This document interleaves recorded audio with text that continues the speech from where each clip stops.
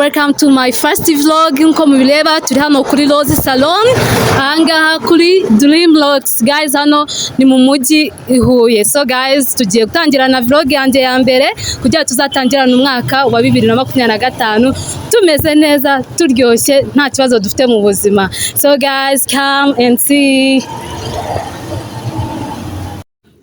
Nkuko mubireba nagezeyo babanza kumesa mu mutwe, umva nasaga nabi mu mutwe, nari ngiye gutangira umwaka nsa nabi, nsa nk'akavurivunde. Ego ko ese we ntago biba byoroshye. Narimo nshaka ko bansuka bobo, baranje abanza kumesera mu mutwe, barawutunganya neza fresh. Hari abantu bambajije ibanga nakoresheje kuko mu minsi yashize nigeze gutera tentire, umva umusatsi ushiraho neza neza, ariko byabaye nka magic. Bagiye kubona babona mfite umusatsi mwinshi cyane. Hano nkuko mubibona bari batangiye kunamo banshyiraho bobo, ariko guys reka mbabwire ni ukuri, nimba hari ahantu batanga care na handi ni ukuri ni kwa Roza. Muzajyeyo kwa Roza Salon, iri mu mujyi neza hafi ya Excellent ku marembo ya ruguru. Guys muzagereyo ni ukuri, batanga care, basuka neza, bakora inzara, kandi ibyo byose bakabikora ku giciro cyiza. Mana yanjye sinzi uburyo nabibabwira, aho ngaho uko mubibona nyine bari bageze kure bansuka bobo.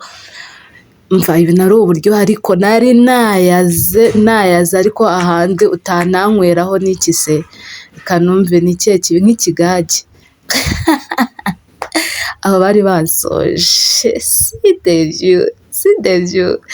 Aha twarahavuye rero duhita dukomereza muri Beauty Salon itapiriro. Sasa diyo nari nyotewe, mbabwije ukuri, ni ubwa mbere nari ngiye kwiteresha makeup, muri kumva see the beauty. Ahangaha makeup yahise ikora akazi kayo, amafaranga akora akazi kayo, umva n'ubwiza bw'agahebuzo uhita bukora akazi kabwo.